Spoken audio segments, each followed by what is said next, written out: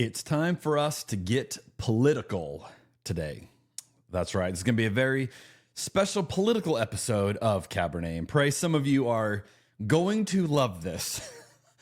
Some of you may not. Some of you may be a bit uncomfortable with how I'm going to share things today.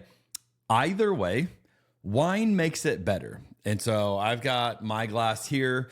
Hopefully you are able to join me in drinking something great. That is definitely going to take the edge off and help us get into what we're going to get in today. Now, in addition to going into the deep end of the pool, we are celebrating the 50th episode of Cabernet and Pray. I am amazed that we got to 50. This is awesome. It has taken a while, and this has been a lot of work, and I have been surprised how much I've enjoyed this. I've enjoyed these conversations. I have enjoyed having a platform to expand on my thinking on conversations that need to be had that often there's not a great place to have them elsewhere. And so this has been that environment, as we're going to see today, is a great place to have some conversations that are deeply needed, but often don't fit in elsewhere. In addition, I have loved meeting the guests that I've had a chance to meet and having those conversations. And I have learned a ton by just hosting this podcast, these 50 episodes. Hopefully you have learned something. Hopefully you've been encouraged by it. And I know a number of you have reached out throughout the time that I've been doing this and have shared different things, and I so appreciate that. And so for those of you who have been around, especially those of you for a while, thanks for watching, thanks for listening, thanks for sharing this and being a part of this. And I do just want to say, as we celebrate our 50th episode today, would you find maybe one of your favorite episodes and pass it on to someone else? Let's get the word out. I would love for more people to be exposed to these conversations and this environment. And so maybe pick an episode that you love, maybe pick today if you like where this one goes, and pass it on to someone else and just say, hey, why don't you check this out? And I would be super thankful for that. And I would love to have your support in that way if you are up for it. So that's my ask as we celebrate our 50th episode. So without further ado, welcome to episode 50, What Makes a Nation Christian? I've never shared this with anybody publicly. There's so many things happening in this conversation right now. 1,000 years from now, people are going to be looking at this podcast saying, so this was the breakthrough. If this was SportsCenter, that would be like such a hot take. Skip Bayless would have no idea. Stephen A. Smith would have no idea what to say if you drop that down. That is so good. The joke I always say is like, how'd you learn so much? You got to drink a lot. The power of food and beverage to lubricate an environment. Resistance to change is hurting the church. I'm not in the camp that God has a penis or a vagina or a body at all. I'm in the camp that God is a universal spirit. This is the strangest podcast that I've been on. I don't even know what to do. I'm kind of geeked up about this wine. So this is my second glass, and it delivers a little more of a punch than I expected. So if I get a little loopy, it's your fault. You told me to drink on the show. I will also say, as a confession, I am a lightweight. So I've had like 3 sips of this wine, and I'm already feeling it. So this is fun. You've uncovered the mystery. You've exposed the formula. You've just duct taped together a number of things that aren't normally hanging out together, and I'm here for it. We're going to sit down at a table. We're going to have a glass of wine and some food, and we're going to talk about the beauty of Jesus. Thank you for the hospitality that this particular podcast provides folks like myself, and I know others, to be curious around their faith practices. I really appreciate this venue, what you're doing. It is fun, and yet you dig into the deep stuff. I've heard about your podcast for a long time, and I love that you're a pastor and that you explore the world of faith through wine. That's very unique. I will never forget the first time I bought a bottle of wine by myself, which was yesterday. If you're familiar with drunk history, I thought it's like drunk theology. So I got a little spicy there. It's the peach wine. Apparently the wine is, here we are. Queer we are. Beer we are. No, it's wine, Jeremy. By the way, drinking this Pinot Grigio at 3 o'clock in the afternoon is making me even more direct in my communication than I normally would be. I know why you have your guests drink wine. It makes sense now. Yeah, I get it. A little bit of liquid courage to really unleash the beast. I think you've got a good podcast. Throw in the wine bit in there. That's nice. Cabernet and Pray, yeah. I'm going to begin our conversation today talking about what I'm drinking, and hopefully you are able to join me in something. I've got a 2023 Blaylock & More Sauvignon Blanc from Marlborough, New Zealand, which is the global capital for Sauvignon Blanc. You can smell this wine before it even hits your lips. I mean, this thing is so big, so aromatic. Now, New Zealand Sauvignon Blancs are known for being louder than their French cousins. So you can find other Sauvignon Blancs if you ever see a Sancerre that is elegant and subtle. Those from Marlborough are more vibrant, more extroverted, if you will. That's kind of like thinking of Jesus flipping the tables versus Jesus riding in the dust. You know, one is subtle, one is not. This is definitely the less subtle of the options, but a loud wine felt appropriate for what we're going to get into today. And this one is just beautiful. I love a Sauvignon Blanc. You can get the acidity, especially these New Zealand ones, right on the nose. You can almost feel it in your nose, definitely feel it on the palate once you take that first sip. This is a really light, pale color. On a hot Arizona afternoon, this thing is beautiful. It's gorgeous. I'm thoroughly enjoying it. I'm getting lime zest, green apple, cut grass, and some minerality on the finish, which you think of like a whetstone or some flint. And this thing is absolutely beautiful. So it's definitely, I'm enjoying this. Hopefully you have something you get to enjoy as well. And so cheers to you, and cheers to a political episode, and cheers to episode 50. So a lot of things to cheers about today.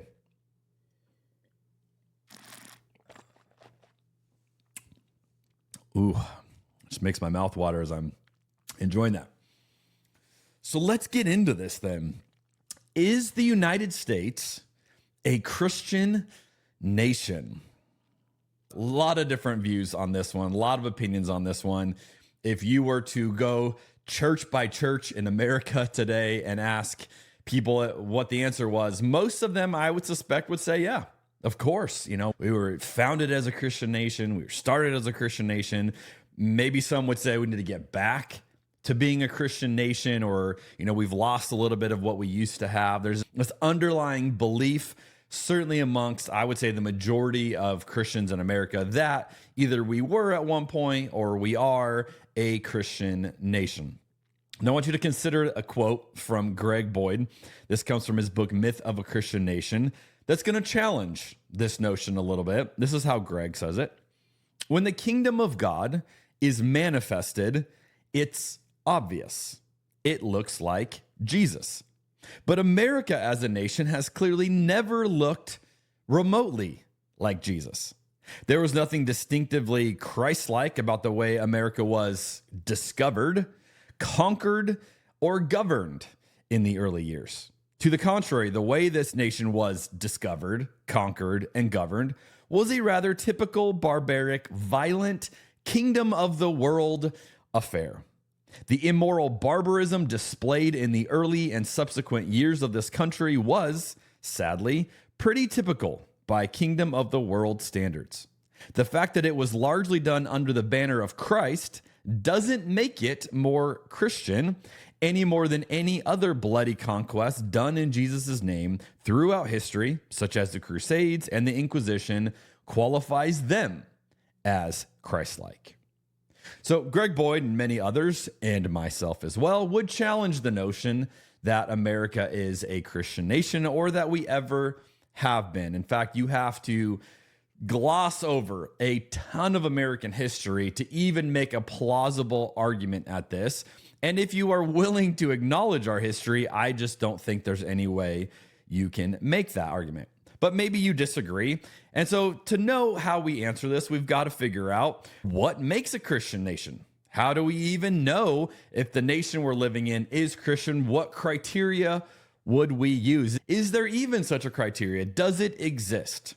Well, friends, I've got good news for you, because Jesus told us how to think about this. Jesus told us how he judges nations.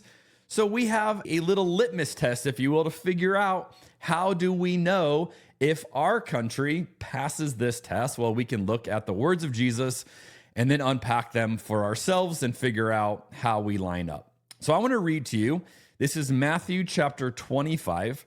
And I'm going to read a section. This is verses 31 through 46. So if you want to pause this right now, you want to go grab your Bible, read along, that would be awesome. Or you can listen in as I read, hopefully a passage you've heard before, probably a passage we don't talk about enough. And I think right now this passage has been frequently on my mind, and I have been thinking about this quite a bit lately, as will be evident as we go on. So Matthew 25, verse 31, Jesus says this, "But when the Son of Man comes in his glory, and all the angels with him, he will sit upon his glorious throne. All the nations will be gathered in his presence, and he will separate the people as a shepherd separates the sheep from the goats. He will place the sheep at his right hand and the goats at his left. Then the king will say to those on his right, 'Come, you who are blessed by my Father, inherit the kingdom prepared for you from the creation of the world. For I was hungry, and you fed me. I was thirsty, and you gave me a drink. I was a stranger, and you invited me into your home. I was naked, and you gave me clothing.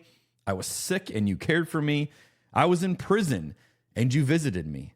Then the righteous ones will reply, 'Lord, when did we ever see you hungry and feed you, or thirsty and give you something to drink, or a stranger and show you hospitality, or naked and give you clothing? When did we ever see you sick or in prison and visit you?'" They're confused. "We haven't seen this. We never saw you in any of these situations." And the king will say, "I tell you the truth, when you did it to one of the least of these, my brothers and sisters, you were doing it to me." Then the king will turn to those on the left and say, "Away with you, you cursed ones, into the eternal fire prepared for the devil and his demons. For I was hungry and you didn't feed me. I was thirsty and you didn't give me a drink. I was a stranger and you didn't invite me into your home. I was naked and you didn't give me clothing. I was sick and in prison and you didn't visit me." Then they will reply, "Lord, when did we ever see you hungry or thirsty or a stranger or naked or sick or in prison and not help you?" Notice they have the exact same response as the first group. "We never saw you in any of these roles." Verse 45, "And he will answer, I tell you the truth. When you refuse to help the least of these, my brothers and sisters, you were refusing to help me. And they will go away into eternal punishment, but the righteous will go into eternal life."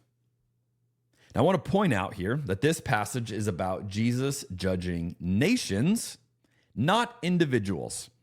We often read this very differently as Americans because we like to internalize everything, make it personal, make it about us and Jesus. But the setup to this, it's in the verses we just read, verse 32, "All the nations will be gathered in his presence." These are nations being represented in front of Jesus. So literally you can picture the United States standing before Jesus as a nation, and Jesus is looking at the nation and judging it. You can imagine other nations standing there. You got Canada, Mexico, Israel, Iran, Russia. Every other country is there, and Jesus is judging each of these countries based on these criteria. Now, we spend a lot of time focusing on our private souls, but we don't spend a lot of time talking about nations being judged as a whole, as an entire group, as an entity. And so that's what we're going to explore a little bit today. Now, specifically, Jesus says there are 4 kinds of people that Jesus is looking at in how a nation treats people, how it treats the people who live within that nation. And if you want to know where I'm getting, verses 35 and 36 that we just looked at. And so we can break these down into 4 groups, and then I'll just give a name for each of the 4 groups. In verse 35, "For I was hungry and you fed me. I was thirsty and you gave me a drink. I was naked and you gave me clothing." What do we think of this group as? This would be the poor. People who don't have food. They don't have anything to drink. They don't have clothes to wear, right? People without basic necessities. So Jesus is saying, hey, the first group is how you treat the poor. Then he says, "I was a stranger and you invited me into your home." For a nation, I would say this is how we think of immigrants, how people who aren't part of us, the strangers that come in to our country, how do we treat them when they don't have a home here? How are we treating them? That's a second group. Third would be I was sick and you cared for me. That one's pretty self-explanatory. How do we treat people who are sick in our country? And then fourth, I was in prison and you visited me. So the prisoner, how do we treat those who are incarcerated? According to Jesus, this is what a Christian nation would look like. People who respond to Jesus as represented by these four groups of people. Now, notice what isn't on this list that we may expect, or maybe you were surprised not to see. There's no mention of how many Christians are in positions of power or influence, how many laws we create to enforce our beliefs, whether or not gay marriage is legal, whether or not abortion is legal, whether we have the 10 Commandments hung and displayed in public schools, whether we avoid public schools. Basically, Jesus omits many of the things we often assume are important for a Christian nation and doesn't include those. And then puts in a whole bunch of things that today may garner a label such as woke, and go, these are the things that I'm looking at.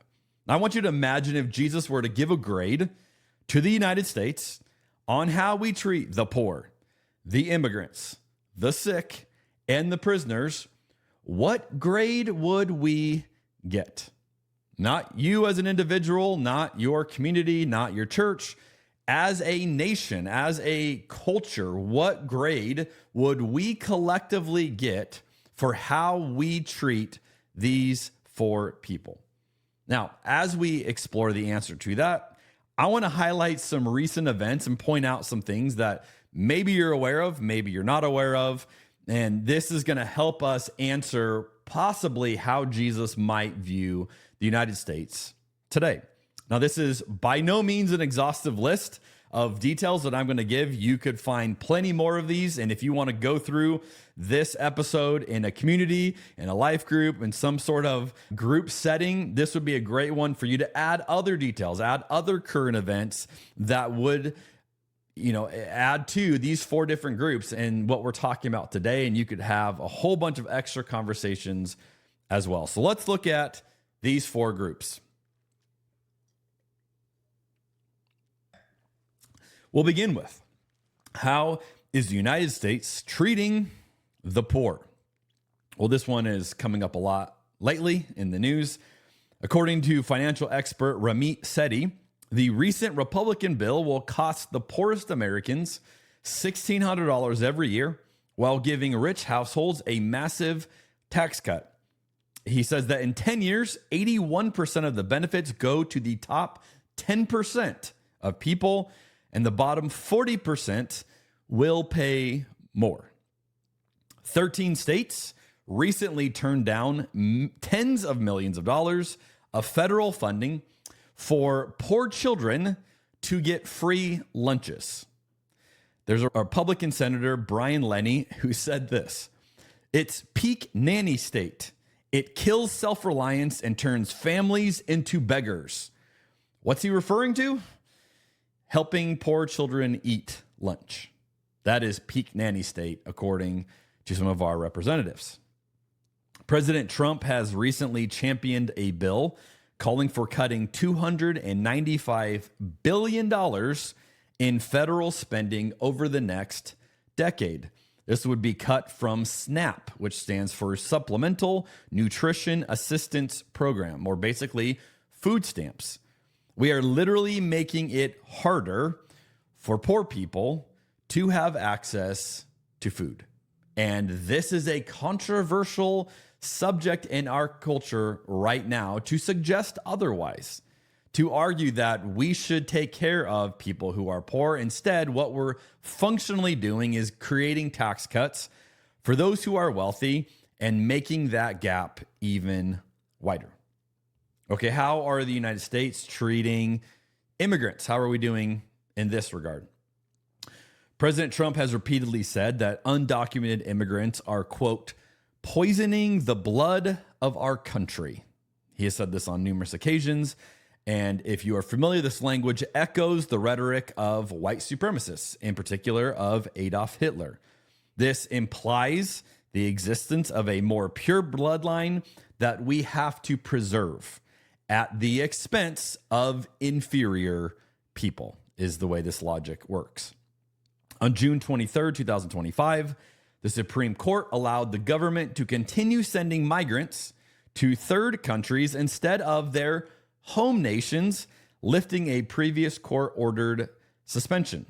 So we can now send people to countries they aren't from, and we can make this legal. So these deportations involve sending migrants, including those from Cuba, Mexico, Laos, and Vietnam, to politically unstable countries like South Sudan, Libya, and El Salvador.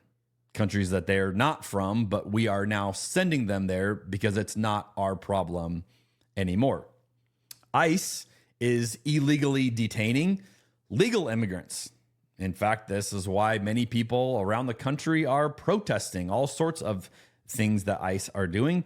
I read recently that only 1/3 of people in ICE jails have any criminal conviction, not to mention the fear that unnamed, unmarked, random masked men who are abducting people, what that fear creates in our culture. That how far we have come from any sense of a just law and order to now these people can get away with just about anything, and we aren't able to hold them accountable.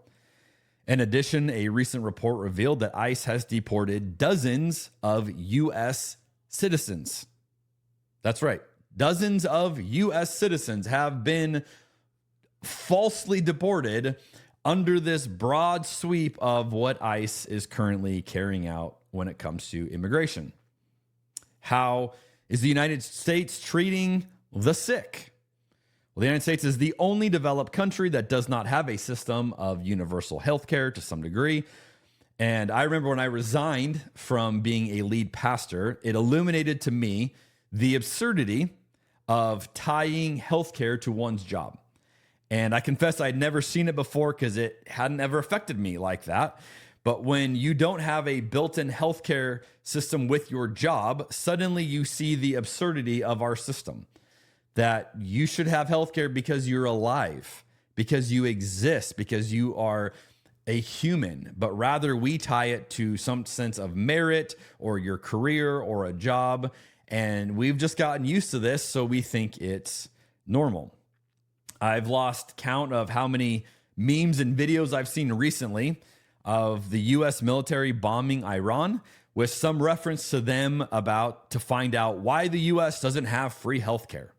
And this is said as if we know we've traded one for the other. Hey, rather than us actually taking care of sick people, we have a huge military. And now we boast of that as we use that military on other countries and seem to be fine with that trade-off. Like, yeah, we don't have anywhere to take care of our sick, but look at all these bombs that we can drop. The big, beautiful bill would cut nearly $800 billion from Medicaid. It would eliminate ACA premium tax credits, and it would strip protections from millions of people. Now, I didn't know what category to put this in, but I'll throw it in this one. President Trump recently ended funding for the LGBTQ youth option on the National Suicide Hotline. James Black, who's the CEO of the Trevor Project, who helps to run the LGBTQ option, said this, quote, "The administration's decision to remove a bipartisan evidence-based service that has effectively supported a high-risk group of young people through their darkest moments is incomprehensible. These people who are vulnerable, who are not doing well, and now we've just removed that resource from them." Finally, how is the United States treating the prisoner? Well, the U.S. makes up roughly 5% of the world's population. It holds over 20% of the global prison population. So put that in perspective of how fond we are of our prison system. The U.S. makes up 5% of the world's population and holds over 20% of the global prison population. Since 1970, our incarcerated population has increased by 500%. There are 2 million people in jail and prison today, far outpacing population growth and even crime. 1 out of every 3 black boys today can expect to go to prison in his lifetime, as can 1 out of every 6 Latino boys, compared to 1 out of every 17 white boys. So we see that these are harshly skewed towards certain groups of people. In particular, at the same time, women are the fastest growing incarcerated population in the United States. So unless you're a white male, this is going to disproportionately affect you. Between 1990 and 2005, a new prison opened in the United States every 10 days. Every 10 days. Brian Stevenson has pointed out that the privatization of prison healthcare, prison commerce, and a range of services has made mass incarceration a money-making windfall for a few and a costly nightmare for the rest of us. Frank A. Thomas made the following observation. He said, "It is interesting that prison stocks went up significantly after the election of Trump. Investors understood that based upon Trump's campaign rhetoric of law and order and stop and frisk, that the prison population of especially black and brown people would go up. And under the current administration, the federal death penalty is not just resumed, it is being expanded." So with all of that, we're left to wonder, okay, this is in real time, some facts, some states of the union of how we're actually doing in these different areas. Now, one of the underlying themes of how the U.S. operates in each of these 4 areas is our history of racism that is obviously strongly influenced by each of these 4. David Gushee, who I've had on the podcast previously, said this: "The United States may offer the most pronounced example of a nation that has never been able to overcome its founding racism, and thus has never realized its democratic principles and aspirations." That is such a profound line, that perhaps we have never been able to overcome our founding racism. We are seeing a resurgence of this racism today, and sadly, this is especially true even in Christian circles, even in the church, which is why we need to talk more about this. So catch your breath, take a break. That's a lot to process. So what grade would you give the United States based on these 4 criteria, based on how we treat these 4 groups of people? Now, I'll just confess to you, I could not give a passing grade on any of the 4. There's no way I could justify, in light of what I know, that we would be able to pass Jesus's test on any of these 4 groups. And so I would say we're 0 for 4. If this is a pass-fail, we are 0 for 4. We have not passed in how we've treated any of these groups. Now, the solutions to each of these are complex, and there could be much conversation about how do you solve for each of these areas? How do we do a better job? That's a very nuanced conversation, one that we should have. But we're never even going to have that conversation unless we begin by acknowledging that we're not doing a good job, that these 4 groups of people are not a priority to us. And until they are, and until we shift something, we are going to fail Jesus's test for how he sees nations. Now, some of you may be feeling a bit defensive right about now. This whole conversation might feel very unpatriotic. You might feel like I've gone off the deep end and this is the final straw. But I want you to consider this. If you are a Christian, if you are following Jesus, your identity, your allegiance to Jesus comes first, comes before any other identity. So what you should do as a Christian is to say, okay, I'm going to follow the literal words of Jesus. I'm going to take those first, then filter those in to how I figure out how to be the best type of citizen of the country in which I happen to live. So your identity as a Christian supersedes by a lot your identity as an American, which means we should take a passage like Matthew 25, where Jesus lays out these four groups of people that we can identify Jesus in. And we should go, okay, that's what, if we are patriotic, if we love our nation, that's the kind of nation we should build. A nation that takes care of these four groups of people, because we're Christians and we believe that Jesus has called us to disproportionately serve these groups of people, because these groups of people are particularly vulnerable. And the best thing we could do as Christians living in this country would be to rally around these principles and say, how do we begin to serve broadly and in local context each of these four groups of people? And how do we increase the conversation around it?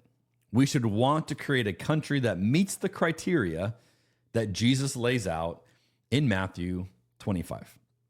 Now, I want to close with something that Caleb Campbell has written, again, another guest on this podcast before, and I think this puts the whole thing in perspective.